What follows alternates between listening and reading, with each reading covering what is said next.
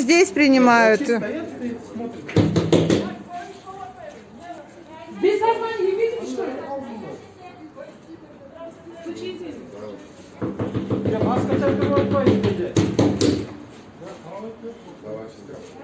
Вообще иди на плечо, не бегут, помогают.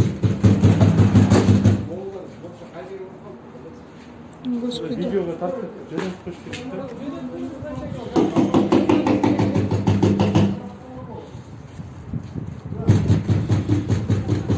Не, вот сюда постучаться надо. Вот здесь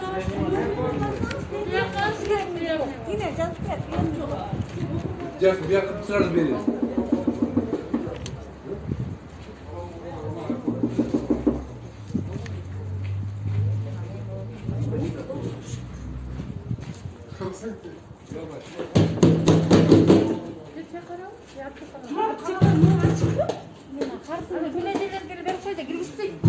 Açpaysınlar mı? Bu kişinin gorotaslar mı? Biz kazmayın bu gorotaslar mı? Öldü görüyorsun. Aç kafa. Они взрываются. Надо реанимацию çıkar. Не, вон там надо. Она пошла, туда пошла. Не, открыть. Если откроет еще. Там Сергей-то есть.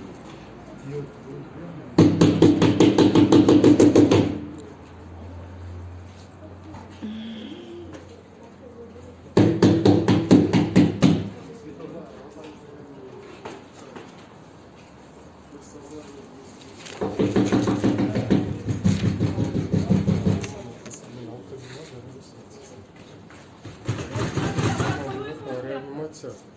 Вообще.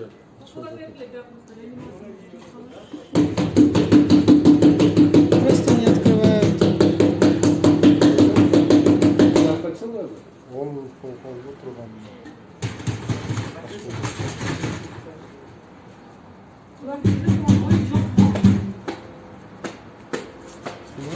Açpaysınlar bence alpaysınlar mı? Kıyım mı? Ну, Alpaysınlar это mı? вообще ужас Çok какой-то. saydım tuzakta. Bu da 10 yıl kaldı ona.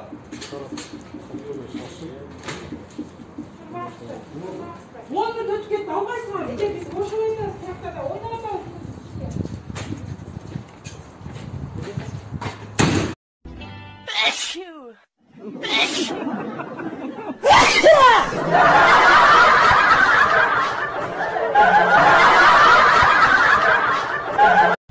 Assalamu alaikum, урматтуу кыргыз элим, урматтуу достор. Бүгүнкү кайрылуум. Бүгүнкү көрүп аткандай акыбалы өтө кыйын болуп атат. Илдет күндөн күнгө күчөп атат. Андан сырткарыда бийликтин алсыздыгын көрүп атабыз. Буга чейин жакшы чараларды көрүшпөйт. Андан азыр бүгүнкү күндө элдердин баарын сын пикир айтып элдерге доомат тартып атышат. Мына көчө мурда күнү Кыргыз Республикасынын жогорку кеңешин көрүп атасыңар. Түнкү саат 11:30 чейин 120 депутаттын ичинен 30 гана депутат отуруп алып, каалагандай нары калчап, бери калчап, бир депутат 20дан 30тан кнопканы басып атышат. Бул мыйзам жол береби? Регламент жол береби? Төрага каяктуу карап отурду. Эмнеге мындайга жол берип атасыңар? Деги эле өзүңөр жогорку кеңештин депутаттары буга чейин эле кандай бизди шерменде кылып келдиңер?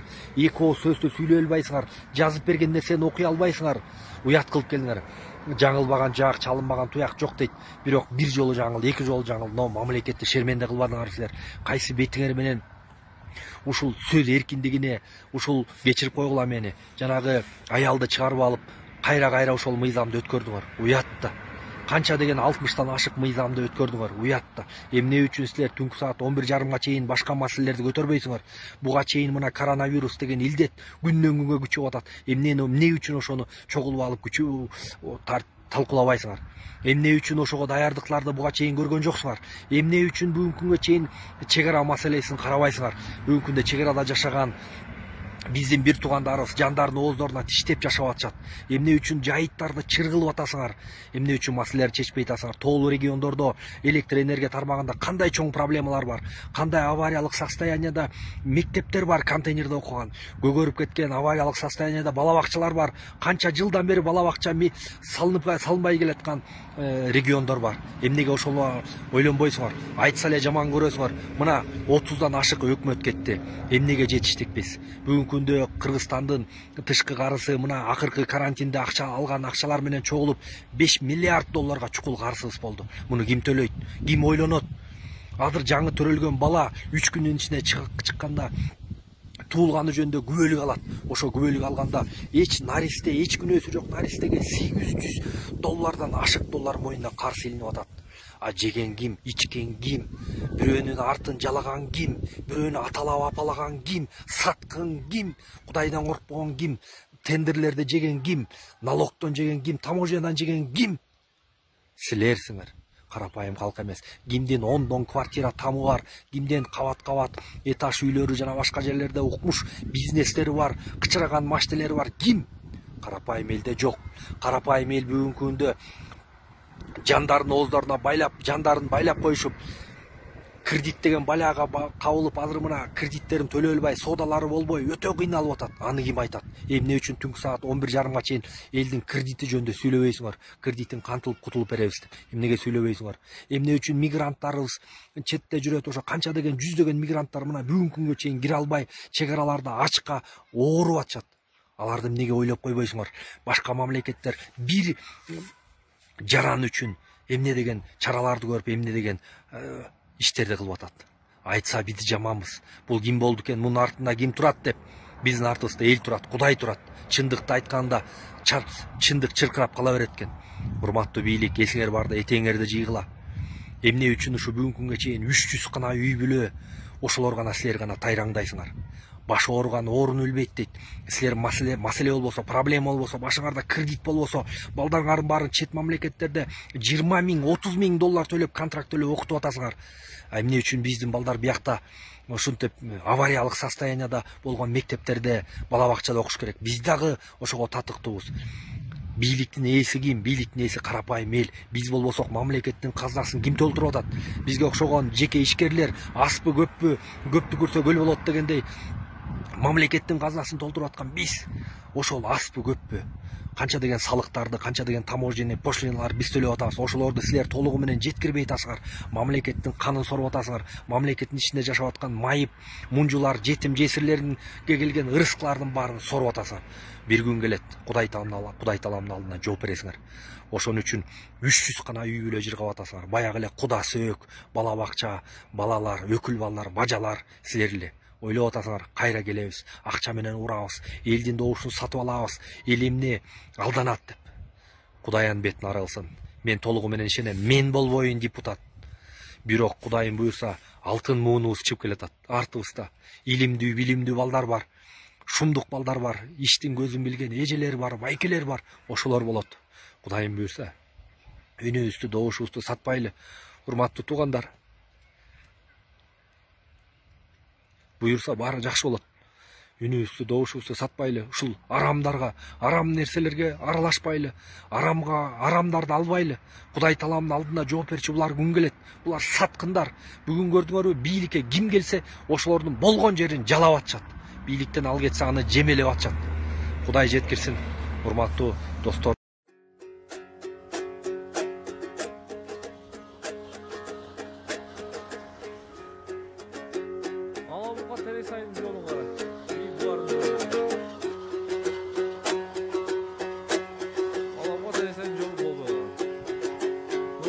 Ақ үйдің ғана бүгінде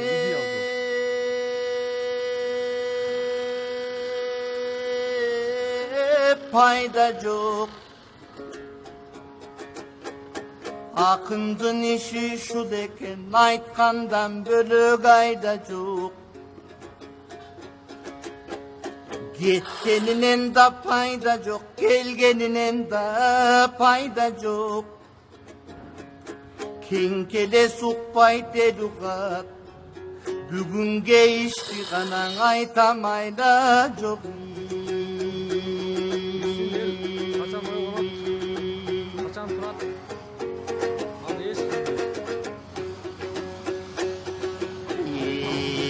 Ертең деп ертеңдері болған чоң ессіздерің етелтең деп.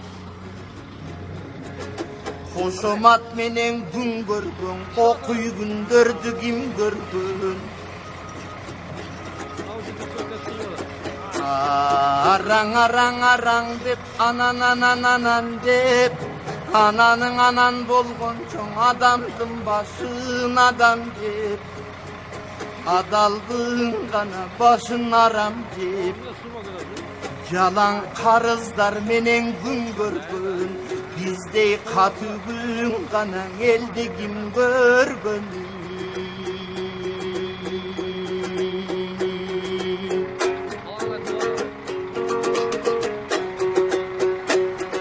Ay kül bana surpağı, siler eldi güre koydular. Atalar muras kaldırgan cerdi güre koydular. Kandın göbün töküşkön karektey saktap gelişken tördü güre koydular. Urpaka muras aşırdan Ulu'nun sögün yaşırgan gördü güre koydular. Karız algan akçaga karakçı gana çoңdor boldular. 30 yıl tınbay yediңер, oppoktor gana kaçan toyduңар.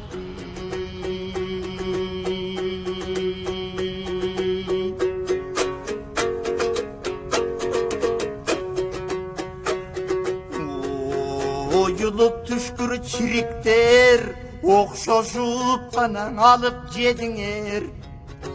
30-40'ın birigip toptoşup alıp yediңер. 2'den 3'ten ırsаңдап dostoşup alıp yediңер. Anam bir-biriңерге şıltaşıp men tazamın dediңер. Siler kırgız mına desen şegim var. Menimçe kılımdığa buzuk tegiңер.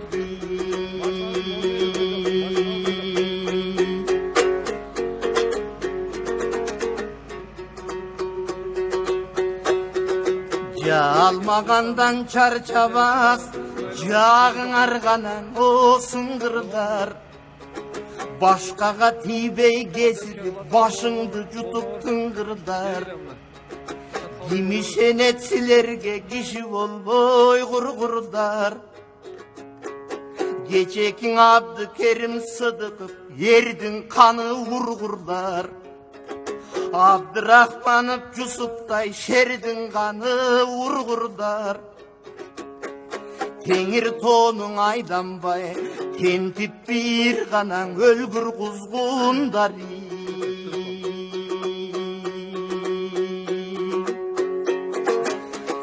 Kanımızga muң salıp zildettiңер betsizler. Kayran eldin kadırın girdettiңер betsizler.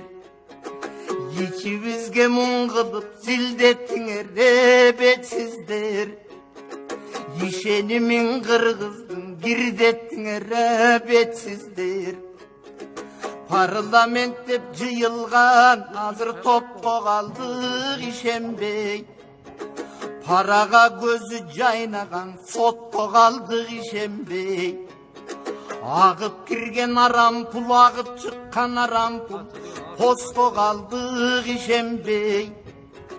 Eldin başın talagan, iki başka karagan, bugün dosto kaldık işembey.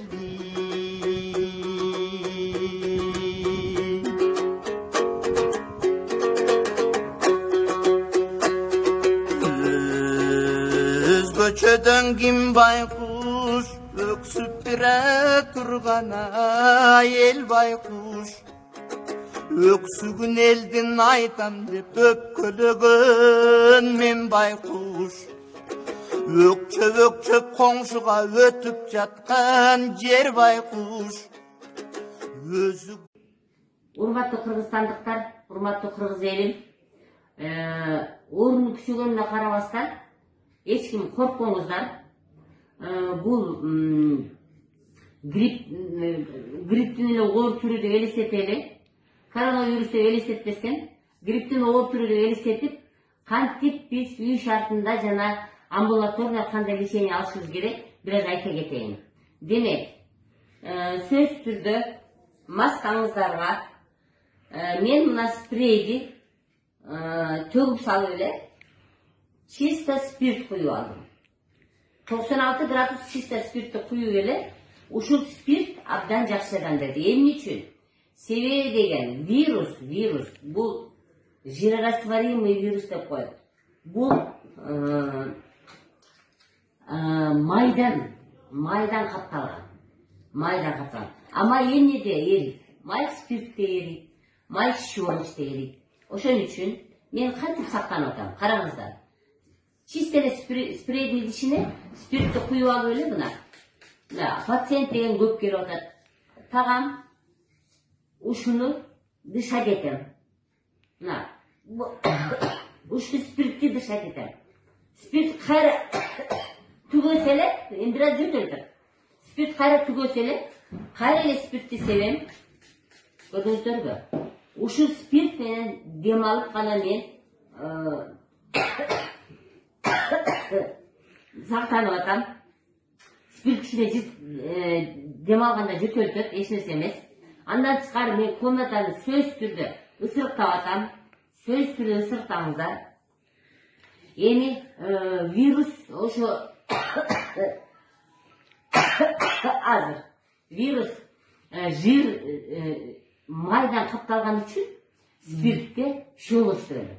Демек, силер үйдө сөзсүз түрдө соданы ичиңиздер. Мына бир стакан кайнак сууну аласыздар. Бул жака bir çayны ложка соданы алып, мунун бетин мына алганда үйүлүп чыгат да болчу. Ушунун бетин мында бычак менен тегиздеп коесуздар. Мынакей. Менден дайым сурашат да кандай кылабыз депчи мына. Спирт соданы алдыңыздар, бетин бычак менен тегиздедиңер, кайнак сууну алдыңыздар, муну сагыңыздар дагы газын чыгардыңыздар. Анан бир аз табак кайткандан кийин ичиңиздер. Эң жакшысы 3 жолкудан 5 жолкуга ичиш керек бир күндө. Ач карын эле ушу 1 стакан суу, кайнак сууга эле соданы салып, газын чыгарып туруп эле бир аз табак кайткандан кийин эле иче бересиздер. Мындан тышкары эгерде муну иче албасаңыздар, анда 3% перекс аласыздар.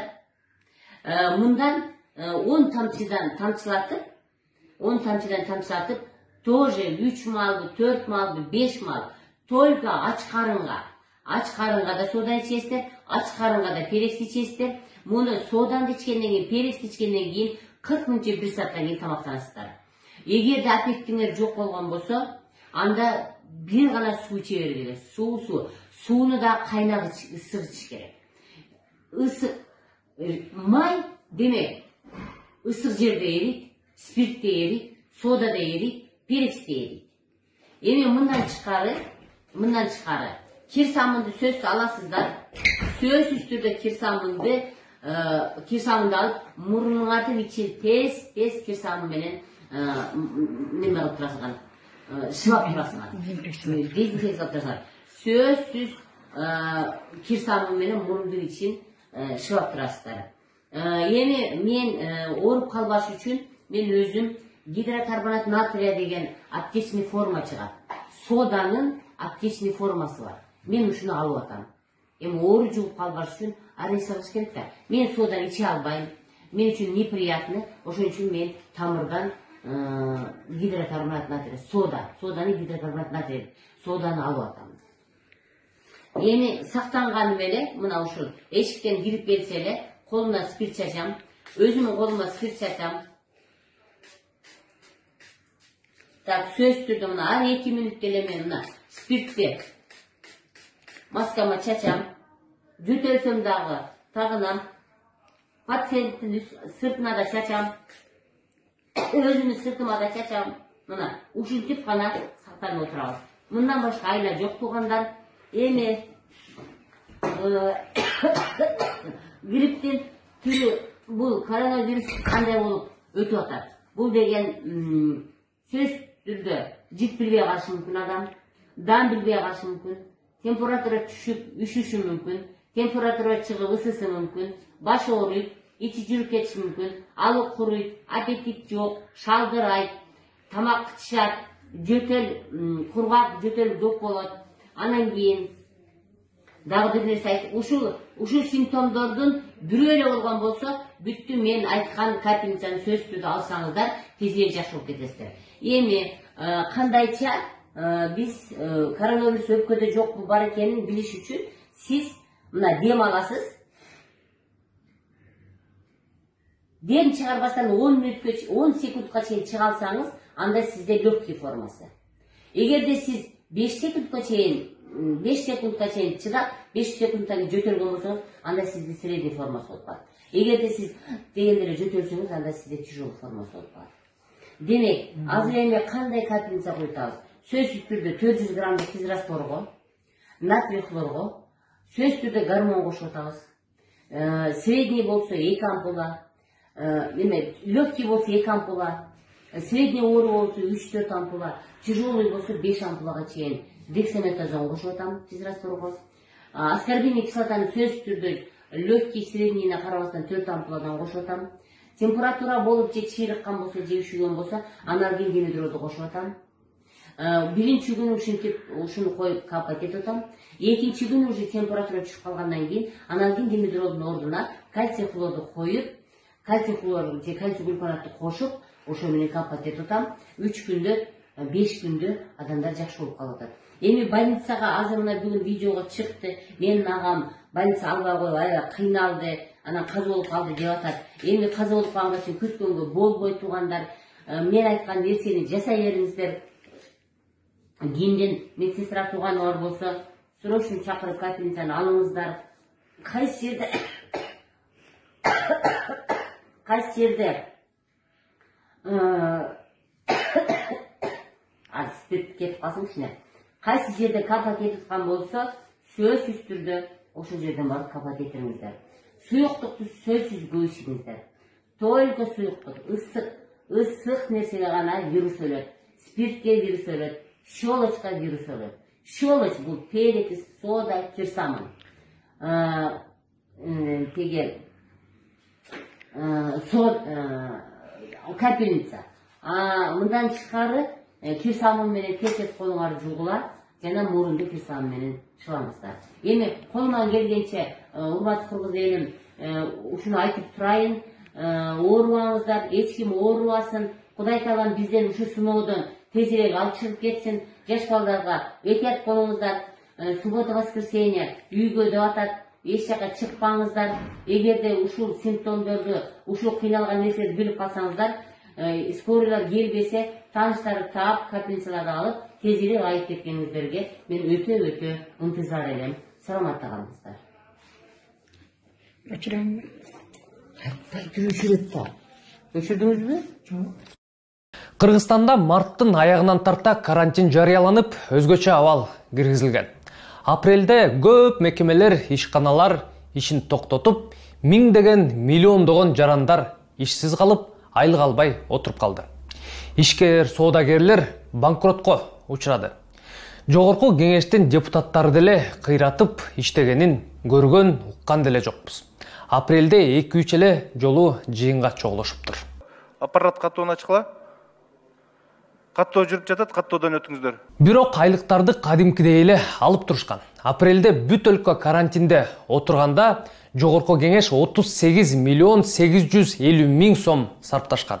Анын 23 миллион 613 миң сому депутаттарга жана парламенттин аппарат кызматкерлерине айлык катары кеткен. Ошондо ар бир депутатты кармоого 323 миң 755 сомдон кеткен. Бир эле депутат ушунча айлык алат экен деп калбагыла, мунун ичинде депутаттардын жардамчы, кеңешчи, айдоочу, аппарат кызматкерлеринин айлыктары жана ар кандай чыгымдары бар.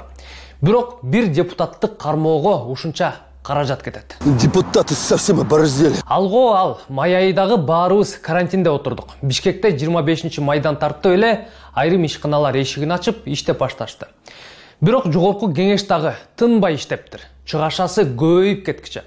Майда парламент 39 миллион 610 миң сом короткон. Экинчи айда кантип миллион сомго булардын чыгашалары көбөйгөнүн билбейм. Болбосо майрам күндөрү болуп 4-5 күн дем алыштар деле болгон.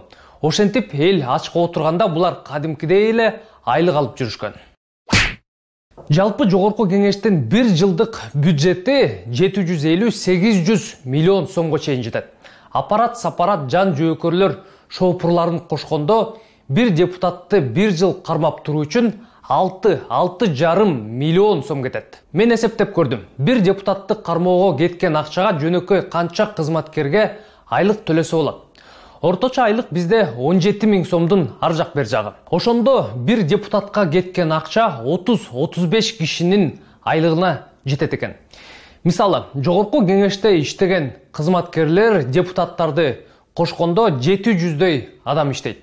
Аларга кеткен акчаны бөлүштүрсөк, 4000ден ашык адамды иш менен камсыз кылсак болмок. Быйыл пандемиядан улам бюджеттин тартыштыгы рекордтук көрсөткүчкө жетти. 11 миллиард сом болуп. Чыгашалар кыскарып, жогорку кеңеш дагы кыскартты, бирок 10%га эле. Анан булардын атайы эсеби да бар. Спецсчет деп коюшат. Аны короткондор үчүн такыр отчет беришпейт. Каякка коротушту өзлөрү билишет. Ал эсепке жылына 6,5 миллионго жакын сом салынат. Аны быйыл такыр өзгөртүшкөн жок. Ал эсептен айына депутаттар 1,5 миллионду каалагандай корото беришет. Булар эч качан оңолбойт. Чыгарылыштын баш жагында бир депутатты кармоого жан жөөкөр аркы беркиси менен канча акча кетерин эсептедик. Келгиле эми, бир депутат канча акча колуна алат, санап көрөлү. Бир депутаттын айлыгы расмий түрдө 25 000 сомдун тегереги. Ушунча эле алабы дебей тургула, дагы кошумча акчалар бар. Класстык чини, илимий даражасы, тажрыйбасына жараша кошула берет. Бекеринен эмес да, эки сөздү бириктирип сүйлөй албаса деле, билим берүүнүн отличниги сыяктуу нам бир нерселерди ала беришери. Бир нече жолу депутат болгондорго дагы жакшы сумма кошулуп берилет, ардагер деп. Депутатты колдоо муну менен гана чектелбейт. Алар жакшы социалдык пакеттерге ээ болушат. Мисалы, эмгек өргүүсүнө кеткенде бир канча айлык акынын көлөмүндө акча алышат. Дарыланып туруусу үчүн деп да каралган. Балдарын караганга деп дагы пособие алышат.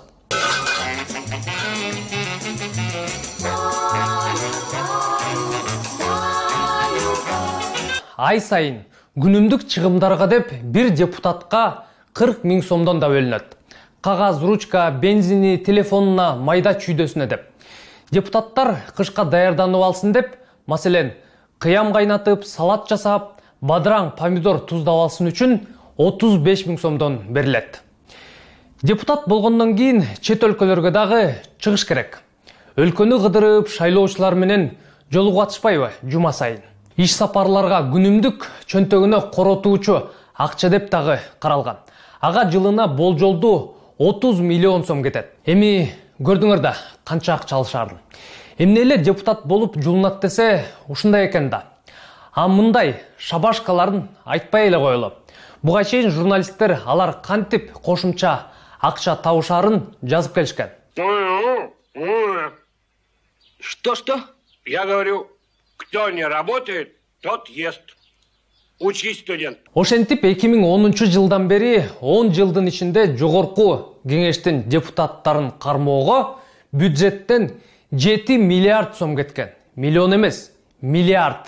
Акырында ушунча акча коротуп, азыркыдай базар коом, күн карама, тыңырактагы сүйлөй албаган сабатсыз депутаттар керекпи деген суроо туулат. Мындай улоо берсе, баарыбыз бир ооздон кереги жок дейт болушубуз керек.